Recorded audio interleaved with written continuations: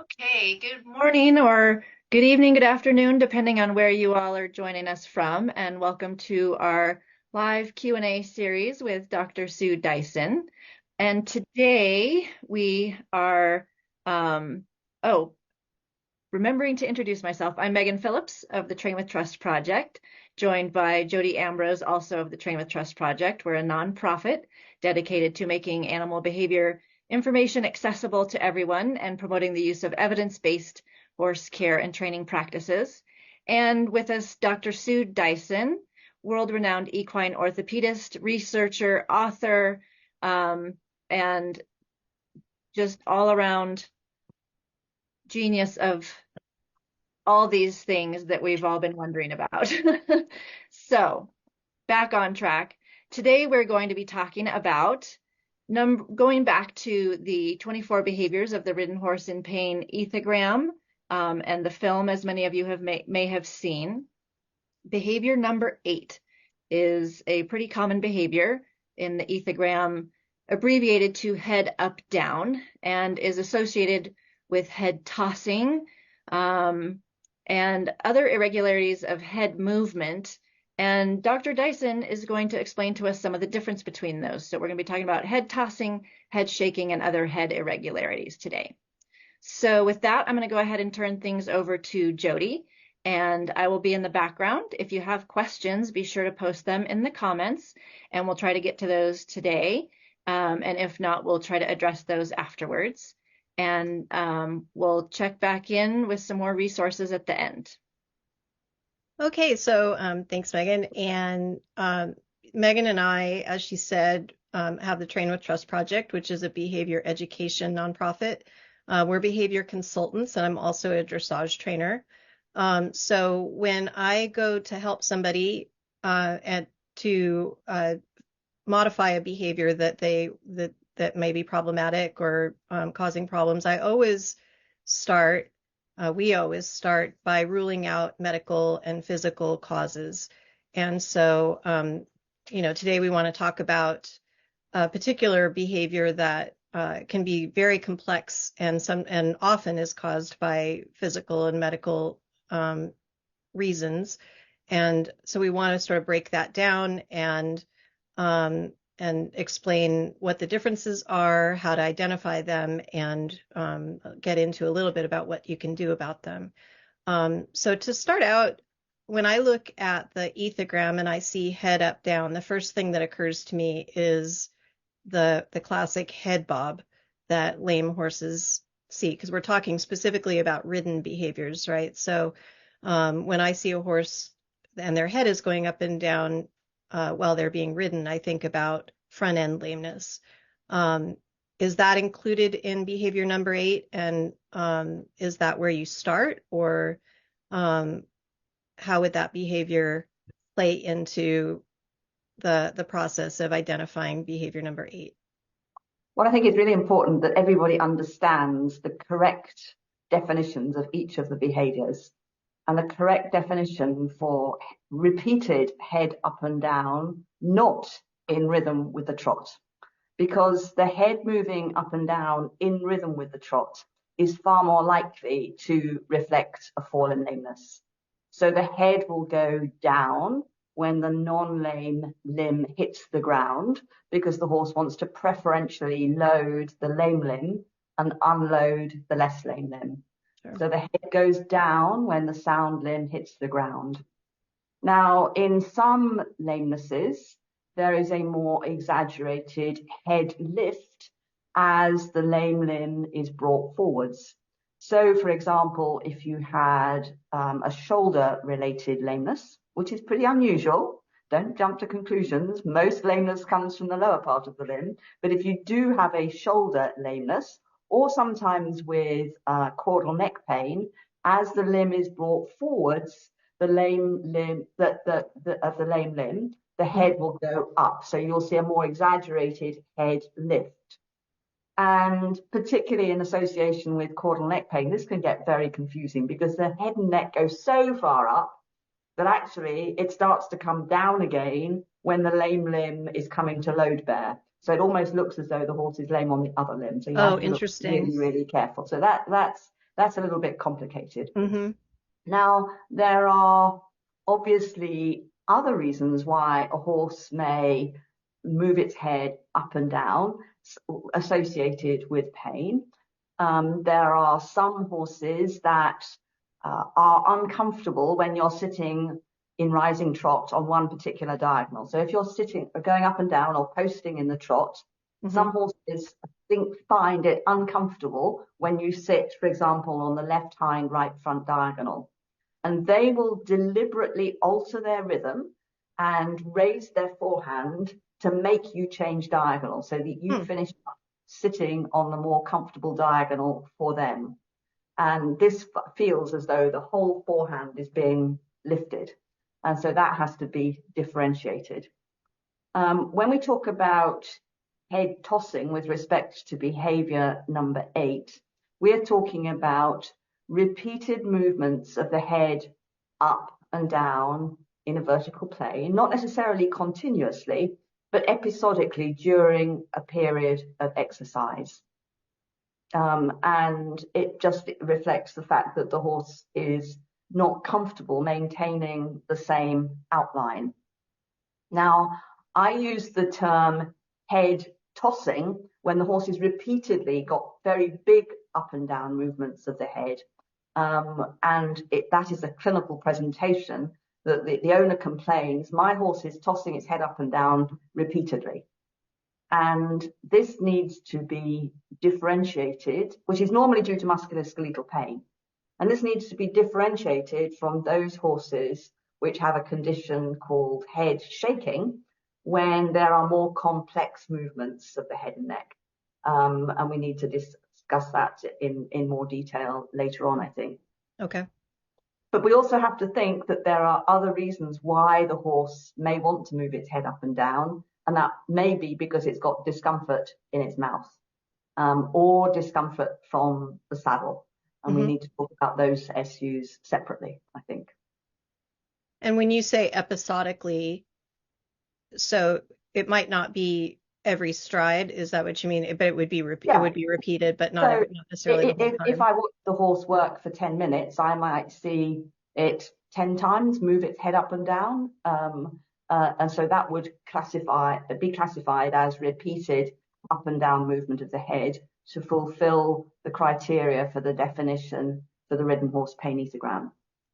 Whereas when we start talking about head tossing, we're talking about continual up and down movements of the head, which become potentially quite hazardous for the rider, because when the horse's head is going up, it can come up and back towards the rider's head. So the rider is potentially in some danger of colliding with the horse's head.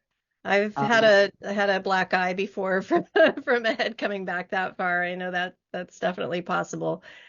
And are we talking about all 3 gaits? Are we talking about just the trot? It can happen in any gait. I think what's important to realize is that when we're starting to differentiate between the condition of head shaking versus head tossing, head shaking can occur at rest, whereas head tossing is sometimes a behavior we will only see when the horse is moving. And I think that head tossing is more commonly seen when ridden, but we do occasionally see it on the lunge. And I'm immediately reminded of Arab horses, which are a subset of horses that are a law unto themselves sometimes, because Arab horses seen on the lunge will sometimes snake their head and neck on a repeated basis, which I think is normal for the breed. I've seen this so many times, and only in Arabs, that I have to assume that it's some inherent thing that they do, which is not necessarily pain induced. But when we're talking about repeated up and down movements when ridden, we will see them mostly in trot and canter. In some horses, they will be worse in canter than they are in trot. And that is just a reflection of the fact that the horse is generally, for whatever reason, more uncomfortable in canter. So it will depend on in which gait the horse is most uncomfortable. And this is just a manifestation of their discomfort. You can't say the horse's head tossing because it's got X condition. We will see this with a variety of different sources of musculoskeletal pain. Mm-hmm. Yeah, I would add to your anecdote about Arabians. I see from a body language standpoint, I see a couple of different head movements. Often I'm seeing it a lot now because we're getting a lot of rain and bad weather right now. So I see a lot of frustration and play behavior coming out with horses on the lunge or turned out. And there are subtle differences between like a snaking or a tossing that might happen, but it's always just a momentary thing. I think the important thing is it's not a repeated, ongoing thing, even if it happens under saddle, which it rarely does. But it's not something that I see happen multiple times during the same ride. It happens once and then it's usually done. So can we get into a little bit more about the different conditions and what they look like? What are sort of the defining elements of specifically head shaking, which I think what happened? Oh, there we go. Thought you disappeared, but it was the picture. I think we're going to see some pictures. Yeah, so can we talk about some of these? So this is a horse which is head tossing. Its head is going up and down in a vertical plane. And this horse was doing this on a repeated basis. And as I've said, head tossing is a non-specific reaction to musculoskeletal pain. It could be because the horse is laying behind or in front. It could be an ill-fitting saddle. It could be a combination of those. But the head is specifically going up and down in a vertical plane, but in a fairly violent manner. Whereas head shaking, we can see can happen at rest. This pony is shaking its head from side to side. It's tilting its head, and it will episodically put its nose down and rub the forelimb, though it's got some strange sensation around its nose. Now, head shaking can be seen at rest in a stable or in the field. It can be seen during any form of exercise.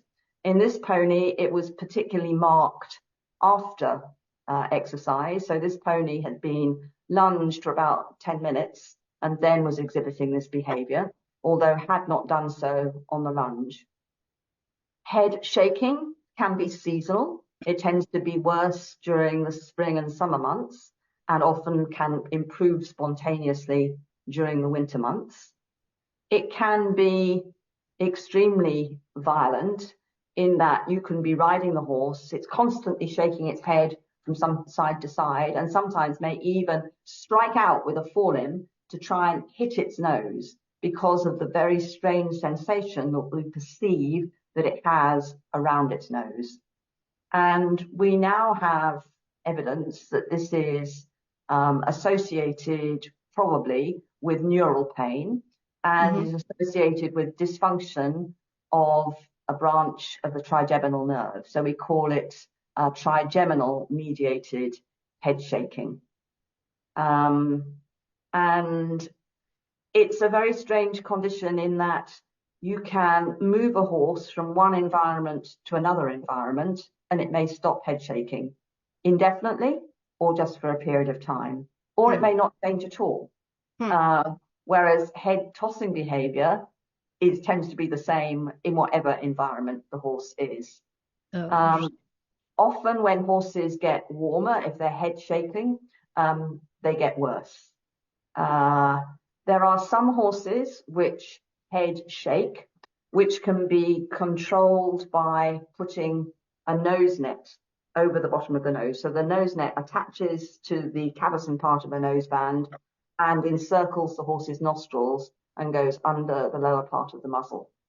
And we think that this alters airflow and alters the stimuli to the nose and therefore reduces the behavior. In some horses, it will eliminate the behavior completely. In others, it just reduces it. And it's quite interesting that if you watch some event horses, which will tend to episodically twitch, even with a nose net on during the dressage phase, if you watch those horses warm up for show jumping and go show jumping, or warm up for cross country or go cross country, they stop doing it. So when their focus is on something else that they're really enjoying, they can overcome whatever sensation they are experiencing. But it has to be, in some horses, a horrible sensation, because some of them are absolutely uncontrollable in terms of the way in which they will jerk their heads from side to side and start to strike out with their forelimbs. So for some horses, it's clearly very, very uncomfortable. And anybody who's ever experienced themselves any aspect of neural pain, I think will empathize with that, because neural pain is horrible. Yeah, that's a conversation that I've had many times, is, that I think historically we don't think of horses as getting headaches, but there's no reason that they wouldn't, right? Like, that it's not logical that they wouldn't be capable of getting headaches. And we all know, how hard it is to function in any way if you have a bad headache. And so I think there's an empathetic piece that goes into sort of understanding this too, not just a clinical. Yeah, I think a headache is different to neural pain. I think neural pain, unless you suffer from migraines, is probably worse. But if you take a horse with, for example, recurrent uveitis, so recurrent inflammation within the eye, which can be extremely painful, and people will spend months attempting to treat this, and the horses are just so painful and they don't want to work because they're so painful, and people are really reluctant to remove the eye. Once the eye is removed and they've taken away the pain, the owners are amazed by the transformation in these horses' behavior, which reflects the amount of discomfort that these horses were suffering. Yes. And it reflects what head pain can do. And each horse is an individual. So you can have a horse, for example, which has got sharp outside edges to the upper molar teeth, the upper cheek teeth, and one horse will not be affected by them at all, and another horse may be super sensitive and tip its head on one side and really be reluctant to take even rein tension. So every horse is an individual. So when you go about starting the process of trying to diagnose, I guess ultimately you're trying to diagnose whether it is head shaking or head tossing. Where do you start? Well, I think the history is very, very relevant. So the circumstances under which the owner has observed the problem. So if they tell me that the horse has been twitching its nose in the field, then that's unlikely to be a head tosser. It's far more likely to be a head shaker. And if they tell me that it's been seasonal, so it started in the summer and abated during the winter months and has now come back again, then again, it's much more likely to be head shaking than head tossing. And then I need to observe the horse, obviously, and determine whether or not there's one or more problems, because occasionally we see both a horse which is both a head tosser because of musculoskeletal pain and a head shaker because it's got trigeminal mediated dysfunction. So it's a process of elimination. And there are occasional horses which show signs which are fairly typical of a head shaker, which have some weird problems. So they may have some sinusitis or tooth root disease. So from a clinical perspective, one needs to go through a process of elimination. So if you suspect from a clinical perspective that it's a head shaker, then what you probably want to do is examine the head in the first instance radiographically. You want to pass an endoscope up into the upper respiratory tract and also inspect the guttural pouches. If you've got sufficient money, you would probably go forward and perform computed tomography of the head to rule out any head-related problem. But the likelihood of finding something is really rather small. Oh, really? One of the, because we know that in the vast majority, it is this nerve dysfunction of the maxillary branch of the trigeminal nerve. Right. We know that we can eliminate the behavior by performing a nerve block just behind the eye. So you can insert a long needle, obliquely from underneath the zygomatic arch towards the back of the horse's eye, and inject local anesthetic solution to block the ophthalmic branch of the trigeminal nerve. And this will, in most horses, at least 85% of horses with trigeminal mediated head shaking, will abolish the head shaking behavior for a period of time. Now, generally both sides of the head are involved, both the left and right nerve, so you have to block both sides. Yeah. And it's a bit scary if you haven't done it before. I was going to say, I imagine just the average vet is probably not comfortable doing that.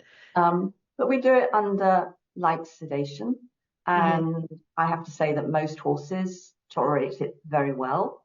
The little grey pony that I showed you the photograph of did this, and it abolished its head shaking behavior. And there's going to be a video recording of this pony before and after that's going to be available for we'll post that to see. So you'll see the dramatic difference between before and after.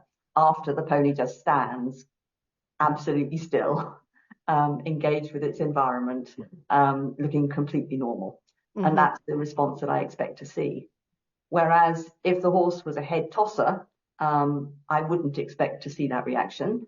And I hope that I wouldn't be doing this block in a head tosser, because I would have enough other clinical information which would lead me down the route of this is probably musculoskeletal pain. So so you'd probably start in the lower legs, because like you said, that's where the majority of... Well, I would first of all have done a comprehensive clinical evaluation. So my index of suspicion for underlying lameness would have been raised. Right. And I would say, I need to eliminate that underlying lameness before I make any further conclusions. And I also need to have assessed the fit of the bit. I need to have inspected the oral cavity. I need to assess the fit of the saddle, because even the saddle going too far forwards can generate a head tossing type behavior. And all you do is move the saddle further back, and you can make an enormous difference. I was recently at the University of Copenhagen, and we were presented with a horse that wasn't going right.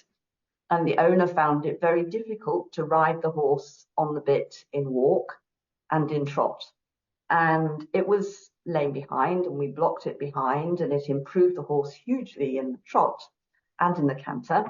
But the owner couldn't ride the horse comfortably in walk. She couldn't keep the horse with its head in a steady position in walk. And the saddle 3 points were far too tight. We didn't have an alternative saddle to try on this horse. So I also rode the horse, and I could appreciate the problem. I could demonstrate to her how well the horse could go in trot, but I couldn't keep its head completely still in the walk. And I said, well, we'll just take the saddle off. I'll ride it bareback. So I did. And then, lo and behold, the horse was really, really comfortable, lowered its head and neck, had a really stable head and neck position. So we could demonstrate that that horse's head tossing, that was residual head tossing, seen only in the walk, was a direct consequence of the saddle. So all of these investigations are a process of elimination, going through stepwise, kind of unfolding the peel of the onion and saying, okay, we've removed this pain, this is improved, but we've still got something residual. What's causing that residual behavior? And I would expect, if I remove all the musculoskeletal pain, that I should abolish the head tossing behavior. And bear in mind that with respect to the ridden horse pain ethogram, we're not going to see head tossing as a result of musculoskeletal pain in isolation. There are going to be numerous others of the behaviors of the ridden horse pain ethogram that are also going to be demonstrated, which are going to indicate to us the likely presence of musculoskeletal pain. Our job is to determine where is the source of pain by the use of nerve blocks, and then what is the cause of that pain by the use of diagnostic imaging. And then when we've gone through those processes, then we can say, well, what is going to be our treatment and management plan? Now, it's really important to differentiate between head shaking and head tossing, because head tossing is potentially so much easier to treat effectively than head shaking. I've said that head shaking can be controlled in some horses by use of the nose net and changing the environment in which they are, but there are some bad head shakers that really we are unable to satisfactorily control. And there are all sorts of treatments that have been tried historically, and we have yet to come up with any treatment that can effectively manage all head shakers. It is a really frustrating condition for the rider, and obviously it's distressing for the horse. And it does ultimately result in some horses being humanely put down because we cannot resolve the problem. Does it tend to be progressive? Does it get worse, or is it a sudden onset? It's kind of the same. It can be extremely variable and unpredictable. So you can have a horse that is, as I said, it can be seasonal. They can be a very bad head shaker during the summer and resolve completely during the winter. You can have a horse that's a mild head shaker and it continues to be a mild head shaker on an indefinite basis. Or you can have some horses which are severely affected that remain severely affected, whatever you do with them. There are some pain management strategies that have been tried with variable efficacy. I want to just circle back to something you said a minute ago too, that if it is head tossing, we're pulling this behavior out and doing a discussion on it because it is such a complex topic, but you wouldn't just see this one behavior and diagnose based on one behavior. That we always want to emphasize that when you're using the ethogram for signs of musculoskeletal pain, that you look for 8 or more, maybe less, but that is that things don't happen in a vacuum. That No. it's happened with other behaviors. So that's so once again, the ethogram is a great diagnostic tool that everyone can use. You don't just need to ask your vet. You can actually track these behaviors and see how many of them are happening now. And if you do regular assessments, then you can see if things are progressing, which it sounds like with head tossing it often would be. You would see an increase in some of these other behaviors, right? Yes, and I think that when you talk to riders who have presented their horse because of severe head tossing, generally speaking, when you go back through the history, there are all sorts of other problems that preceded the head tossing that they hadn't necessarily perceived as a pain-related problem. So they might have said, well, the horse became more reluctant to strike off in canter right. But they may make excuses for it. They may say, well, I injured my right knee and therefore I was less strong and I thought it was me. And then you have this trickle of different behaviors that the owner has noted, and they haven't put it all together into one cohesive thought process, that these are all a reflection of an underlying problem, which is just slowly and progressively deteriorating and is now manifest as severe head tossing. But historically, there were lots of preceding things that led up to this. So we've talked a lot about what the process would be of getting a diagnosis, but we try to emphasize education as an empowering tool for people that feel like they can't do anything about their horse's issues. So that's why we're doing this discussion, is to educate people about this so that they can begin the process of identifying what's going on before they contact their vet. I know that you've done a short PowerPoint that we'll also be sharing on our pages, that people can go through that lays this all out, I think, a little bit more linearly. That'll be helpful for people. But what information should people be gathering in terms of sharing it with their vet, their body worker, their trainer? What would you want to see as a vet coming in that people could tell you? I always think it's useful for riders to keep a diary.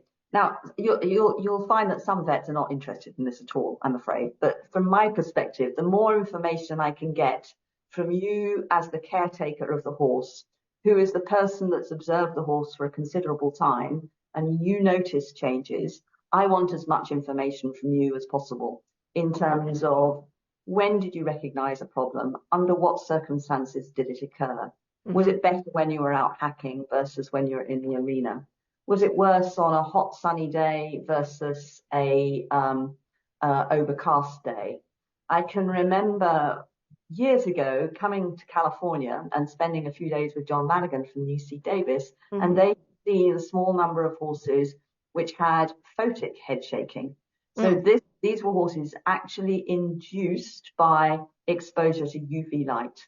And if they rode the horses in an indoor arena without lights on, then these horses were normal. But if they were ridden outside, they were very abnormal. So they developed some contact type lenses to screen the UV light, which was helpful. Oh, interesting. Now, that's a very small subset of head shakers, and I don't want people to go away thinking it's UV light that is the inducing factor. It's generally not, but in a small subset, it may be. So I want to know, was the horse worse on a sunny day versus a dull day? And then everything about the horse's behavior. Have you noticed changes during grooming or tacking up, which is going to tell me something about the fact that this horse is perhaps becoming grumpier because it's got some underlying musculoskeletal pain. So the more things, from my perspective, that a rider can observe and remember, and that's writing the diary, I think is useful. So we also know the frequency of occurrence of things that happen. So does the horse toss its head every day or just occasionally? And if it's occasionally, was there anything that provoked that? Was it provoked by the fact that the horse had a very intensive dressage lesson the previous day, and therefore that provoked discomfort? And it's interesting that we quite often will see a horse, for example, has qualified for a regional championships. The owner is delighted, really excited. So they think, I must have some additional training to prepare myself to do the best at the regional championships. Right. So they drive a long distance to go and have 3 days consecutively with a trainer, which is not a good idea in my perspective, because they generally work too hard, particularly on the 3rd day. So the horse comes back and actually it's often less happy because it's more uncomfortable because it's been over drilled during those 3 days. But that's all part of the history, which is important to me, because it's indicated to me that by working harder, it has provoked clinical signs which are likely to reflect underlying discomfort. Yeah, that's a great point. And we have tools on the Train with Trust project website that you've developed. We have the field guide to the 24 behaviors, but we also have a list of additional behaviors that you compiled. And one of the reasons I find that list really interesting is because it takes into account so many environmental factors that people tend to sort of be a little bit oblivious to. As a behavior consultant, I often come in and try to help people become more conscious of the environmental factors, because horses are conscious of it, whether we are or not. And, like I was saying before, right now we've been having a lot of rain, and so we're seeing a completely different kind of behavior in some horses than people are used to. And it's because, the environment around them have changed, and not necessarily indicative of anything going on with them, but it does have an effect when, like you said, light, weather, insects, all of those things play into behavior and the changes that we see. Yeah, and I think that's particularly the case with head shaking, in that we probably see some variability in the severity of clinical signs according to the time of year with respect to pollen availability, for example. Yeah. So more pollen in the air is going to affect the sensitivity of the horse's nose. And that's why it can be related to environment as well, which is why it's important that you recognize the place where it's happening, as well as the circumstances under which it's happening. Absolutely. And I think with all of these things too, riders are often very quick to blame themselves and their inability to do things.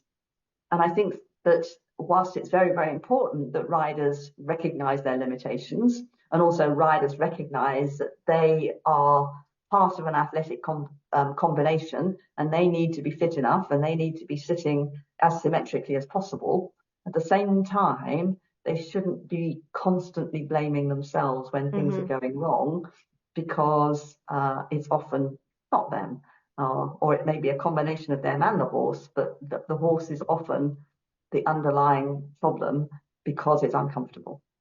Yeah, that's so true. And we've talked about that many times, that sometimes trainers are inclined to blame the rider because that's something that they have the ability to fix. And once it goes down the path into veterinary issues, it's sort of out of their hands. And so there's financial incentive, there's emotional incentive to blame the rider. And with the riders I deal with, they really do a lot of time. Their first instinct is to think, oh, this is my fault. And the key to overcoming that is, like I said, education. The more you know about equipment, saddle, bridle fit, bits, all of that, which is what we're trying to help people with these discussions as much as possible, and all the resources that we can provide. The more you educate yourself, the less likely you are to be the cause, right? And also the more likely you are to spot these other causes that you can. And the way, I also run into a lot of people who do discover that this is a pain issue, and then they blame themselves for not spotting it sooner. And you've made a career out of helping people spot the pain as soon as possible, so that they're not oblivious and they're not continuing to work horses under these conditions.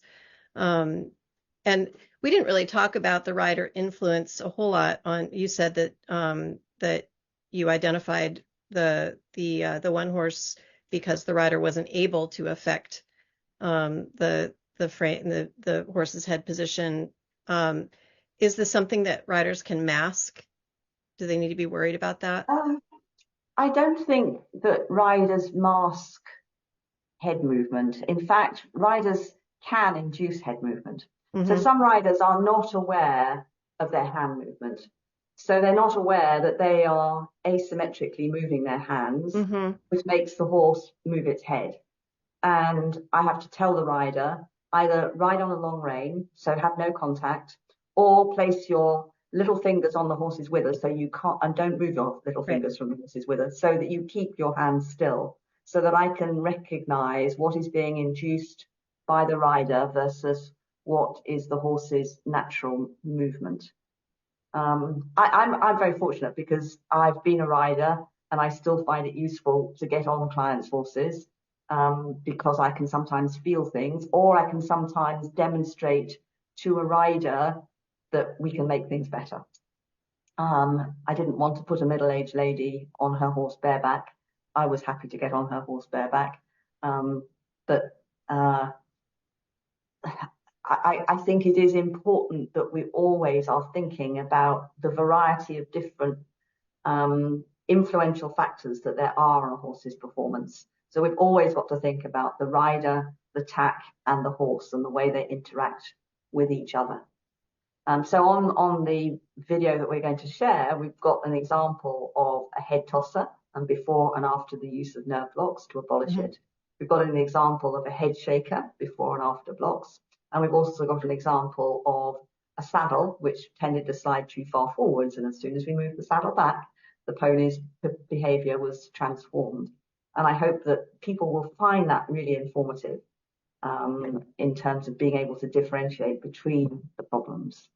Yeah, I think it'll be super helpful, and we should clarify that the reason we're not showing it here is because the videos don't tend to play very well when we're doing this broadcast from different countries from 3 different locations on Zoom, and so we don't want to show it where it's hard to tell what's going on. But we will post it on the 24 Behaviors social media pages, the Train with Trust Project media pages, the 24horsebehaviors.org website, and the Train with Trust Project YouTube channel. So we'll make sure that everybody who wants to see that has the opportunity, because it is, I think, much easier to understand all this when you have that visual representation of some of the differences and what a difference it can make when you really zero in on what's going on.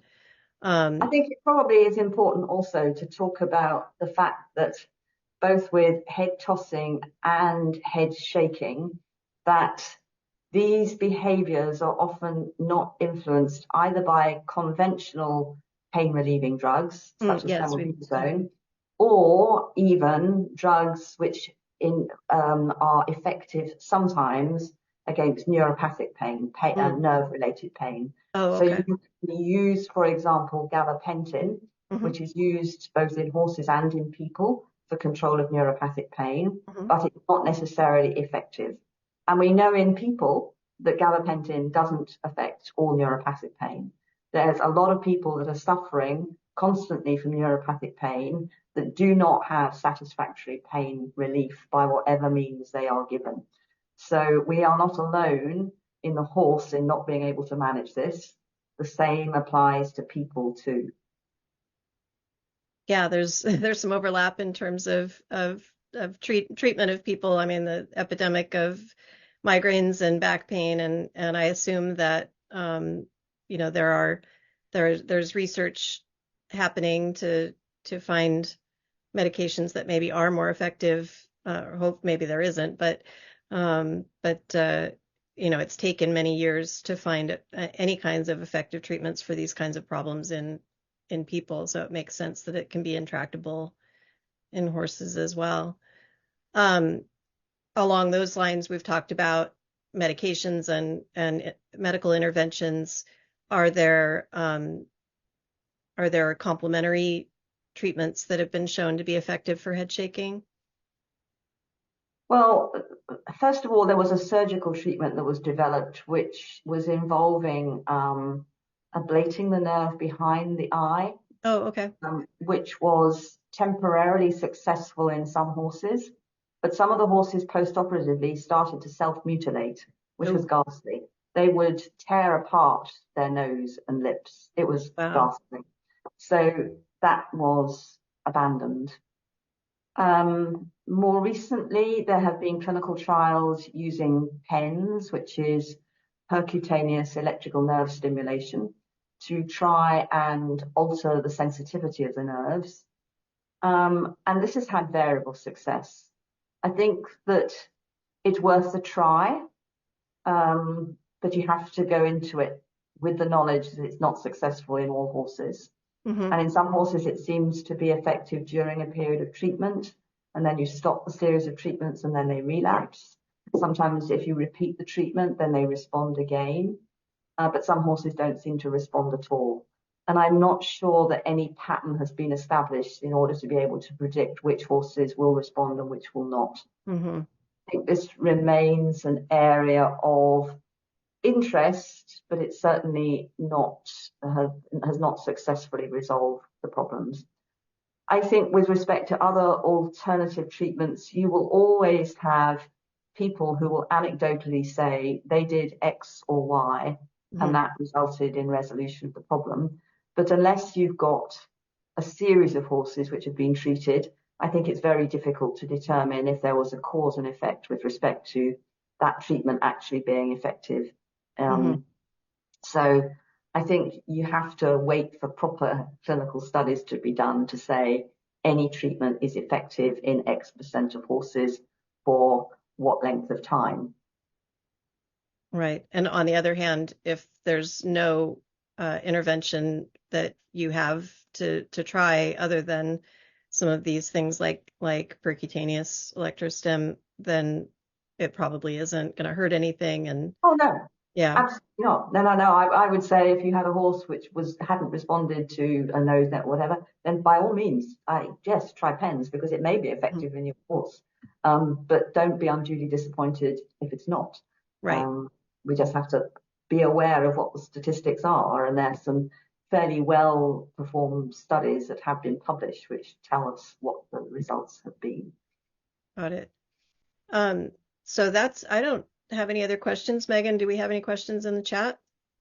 We had one question come up, and again, a lot of appreciation for these talks and for sharing the information. So one person had asked, she'd had a horse that had shown head tossing with an impacted molar. So she was thankful for talking about that. But she also asked if head tossing during movement includes a head tilt, especially when being worked in one direction. Is that outside of the definition of head tossing alone due to possible vestibular involvement? And I know this kind of gets back to the use of the ethogram, so this is a great opportunity. Yes, head tilting is different to head tossing. Head tilting is a separate behavior in the ridden horse pain ethogram, and we define it as repeated head tilting, so the poll being down to one side and the nose to the other. And it can be seen episodically or continuously to variable degrees. But we have to bear in mind, as with all these things, that we're looking for the total number of behaviors that the horse shows, because each individual behavior can be caused by a variety of different things.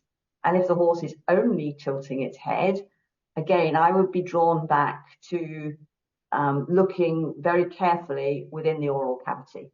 So I would be wanting to sedate the horse, put a speculum inside the mouth, use a light source so that I can properly inspect the oral cavity, so that you can look at each of the teeth individually. You can look at the spaces between the teeth. You can properly evaluate the buccal mucosa. You can evaluate the corners of the horse's mouth. And in order to do that properly, it does require mild sedation. It does require that the horse has its teeth pulled apart by what we call the speculum or a gag. And it does require the use of a light source in order to look properly. In some instances, you still won't be able to find anything. And then you may have to, if this is the only behavior the horse is showing, you would proceed to radiographic examination of the head. You may again scope the guttural pouches. And if those were all negative, you would then go on to perform computed tomography. So computed tomography can provide us with three-dimensional, very detailed images of the horse's head, which can reveal problems, for example, with tooth roots that are not visible using conventional imaging. Great. Thank you for answering that. So that was the one question we had there. So I'm going to go ahead and put some things on screen as we get ready to sign off here. Our next topic of discussion will be coming up on Thursday, March 7th. And Dr. Dyson will be talking with us about rehabbing ligaments. So that'll be the same Thursday, March 7th at our typical 9 Pacific, 12 Eastern, and 1700 hours UK. Just in case people haven't seen it, we've been doing these for quite a while, and starting shortly after the 24 Behaviors of the Ridden Horse in Pain film was released. But we always want to point out for people who haven't watched that to go back and watch that film. And if you have and you feel like there's somebody who could benefit from it, also share that with folks. As we've mentioned during this presentation, Dr. Dyson was kind enough to throw together a really nice narrated PowerPoint.